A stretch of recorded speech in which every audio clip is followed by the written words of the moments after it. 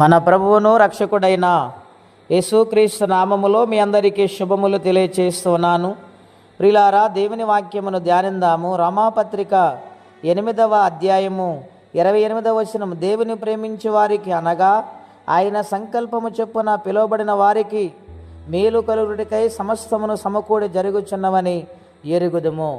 ప్రియులారా, ఈ ఉదయకాల సమయంలో పరిశుద్ధాత్మ దేవుడు మాట్లాడుచున్న మాటలు, ఆయనను ఎవరైతే ప్రేమిస్తారో, ఆయనను ఎవరైతే గౌరవిస్తారో, ఆయనకు ఎవరైతే లోబడతారో వారిని మేలుకరమైన జీవితాన్ని ఇస్తానని, వారి కుటుంబాలను మేలుకరముగా మారుస్తానని దేవుడు వాగ్దానము చేస్తూ ఉన్నారు. దేవుని బిడ్డలారా, దేవుని ప్రేమించే మనసు మనం కలిగి ఉండాలి. ఆయన ప్రేమ ఎంత గొప్పదో ఆలోచన చేయమని ప్రభు పేరిట మీకు మనవి చేయించి ఉన్నాను. ప్రియమైన దేవుని బిడ్డలారా, ఈ లోకములో ప్రతి మానవులు లోకమంతటిని ప్రేమిస్తారు. శరీరాశ, నేత్రాశ, జీవపు డంబం ఈ లోకములో ఉన్నవి.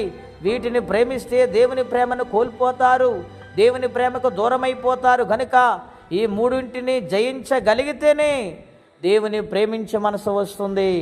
నా ప్రియులారా, ఆలోచన చేయండి. దేవుని ప్రేమించే మనసు మనం కలిగి ఉండాలి. దావీదు దేవుని ప్రేమించాడు గనుక గొర్రెల దొడ్డులో ఉండి దేవుడు ఇశ్రాయేలు దేశమునకు రాజుగా మార్చాడు.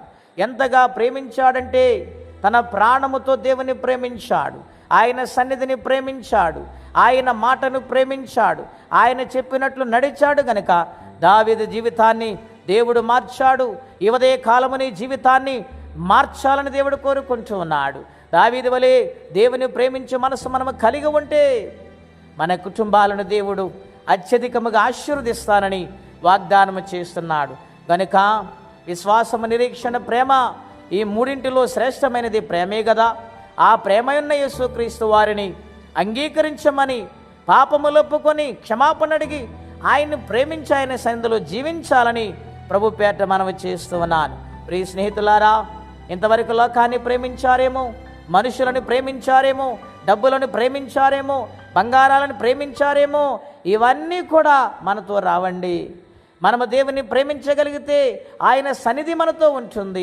ఇహమందు పరమందు నూరేట్ల ఆశీర్వాదాన్ని దేవుడు మనకు అనుగ్రహిస్తాను వాగ్దానం చేస్తూ ఉన్నాడు. కాబట్టి ఆయన ప్రేమించే గుణము కలిగి ఉండాలి, ఆయన ప్రేమించే మనసు కలిగి ఉండాలి, ఆయన సన్నిధిలో నమ్మకంగా సాగిపోవాలని ప్రభు పేరిట మనవి చేస్తే మాటలు నేను ముగిస్తూ ఉన్నాను. ప్రార్థనండి. అత్యంత కృప కలిగిన దేవ, మహోన్నతమైన మీ నామం కొరకు వందనాలు. నిన్ను ప్రేమించే మనసు గొప్పది ప్రభువా.